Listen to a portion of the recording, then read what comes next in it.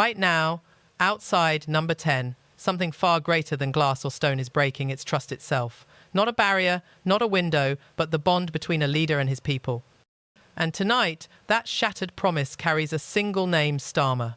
To serve our country, ready to restore Britain to the service of working people. Since taking office, the numbers have told a story louder than any speech. Electricity prices up 52%. Heating bills tripled. Inflation swallowing every pay rise. Across Britain, families aren't budgeting anymore, they're surviving, cutting meals just to keep the lights on. Thousands have gathered outside. Number 10, not waving party flags, but holding bills.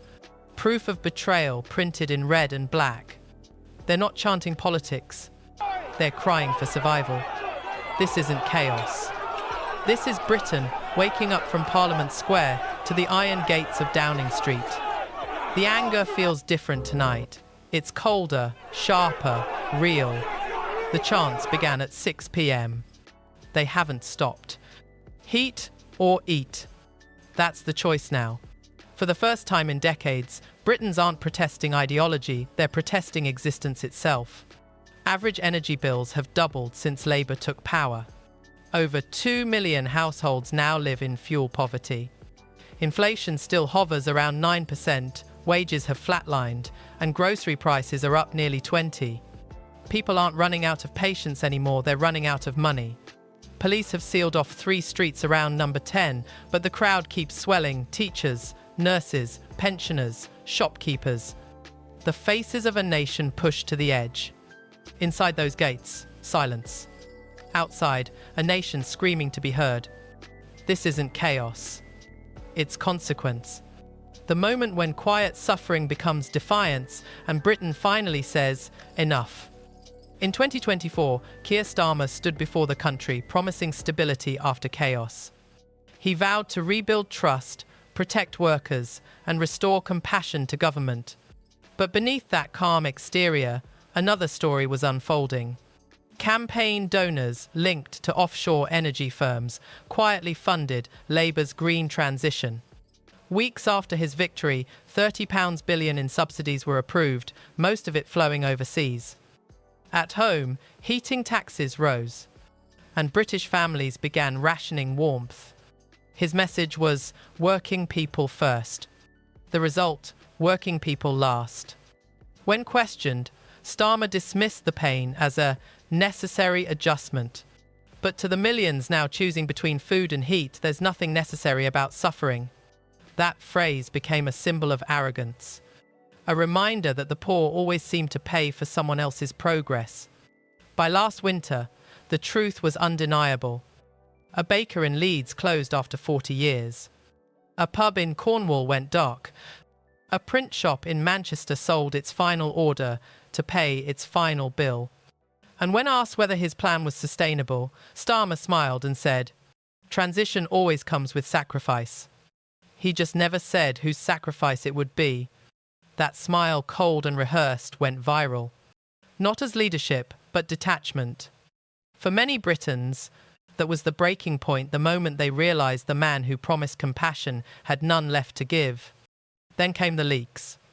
Documents exposing that one of Labour's key climate partners donated £2.4 million before the election and later secured exclusive offshore wind contracts. No competition. No oversight. Independent journalists tried to report it, their articles disappeared within hours. Social posts flagged as misinformation. Television pundits dismissed it as climate denial. But leaked emails told another story, profit dressed as progress.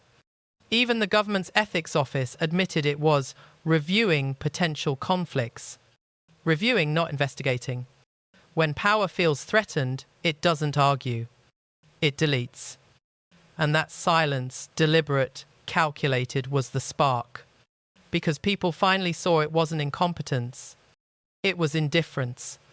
Outside the headlines, the crisis lived in homes.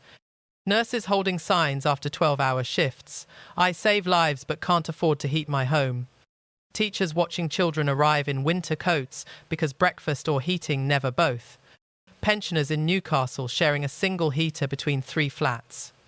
Over 4 million households now spend more than 10% of their income just to stay warm. These aren't radicals. They're the backbone of Britain taxpayers, parents, workers, now told to sacrifice for the planet, while the powerful never miss a meal or a bonus. When empathy dies at the top, suffering becomes invisible. But tonight, the invisible have stepped into the light. While the nation froze, Parliament stayed warm. Expense records revealed ministers claiming heating costs for second homes and chauffeured cars idling outside Westminster. One official even expensed £1,200 worth of designer blankets. The poor give up heat. The rich collect subsidies. Energy Secretary Sarah Jones called protesters useful idiots. Climate Minister David Walsh branded them scientifically illiterate. Easy words for people who've never stared at a dead electricity meter. This isn't science anymore. It's hypocrisy. A government selling morality like a brand while its citizens freeze in silence. Every empire falls the same way, not from invasion, but indifference. And tonight, indifference is Britain's ruling ideology. Net zero was never the enemy. But the way it's been weaponized, that's the crime. You can't save the planet by destroying the people living on it. Carbon taxes crush families who can't afford a kettle while billionaires pocket subsidies. When Shell posted £4.1 billion in profit, its effective tax rate was 19%. A single mother in Liverpool paid 100% of her doubled bill. No loopholes, no accountant, no escape. That's not transition, that's punishment. And punishment sold as progress is the purest form of cruelty.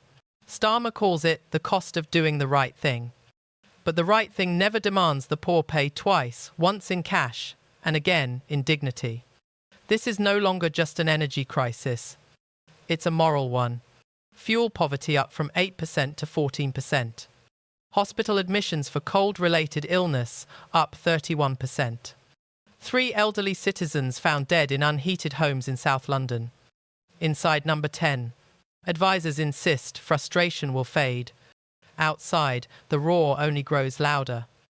Because this isn't a policy failure anymore, it's a breach of trust. Even Labour MPs whisper about emergency adjustments. One Tory backbencher warned, "You can't save the planet by bankrupting the people." For once, Parliament is united in fear. Britain is polite by nature. We queue, we apologise, we endure. But every nation has a limit. And tonight, that limit has been reached. The crowd outside, number 10, no longer asks for change, they demand it. This isn't left versus right anymore. It's up versus down, those who rule, and those who must live with their decisions. Inside, Starmer still believes silence equals control. But silence now sounds like surrender. Movements like this don't fade, they evolve. They grow with every empty fridge, every cold night, every headline that calls suffering necessary. Because when obedience costs more than rebellion, rebellion becomes survival. And tonight, Britain has done the math. Starmer can still step outside, listen, lead, and change course. Or he can stay behind those iron gates and watch history erase his name. Every movement reaches a moment of truth, the point where silence becomes impossible. Tonight, Britain stands there. This is no longer about energy bills or inflation. It's about dignity. Whether leaders serve the people or simply manage them, Starmer can still face the cold and listen. He can still remember that leadership means humility, not distance. But if he waits too long, the chants outside won't just be noise, they'll become history. Because history never remembers politicians who hid behind statements. It remembers the people who refuse to freeze quietly. If you believe their voices deserve to be heard, if you believe truth still matters, hit subscribe, share this, and stay tuned. Because this story isn't over. Britain is deciding what kind of nation it wants to be. And tonight, the world is watching.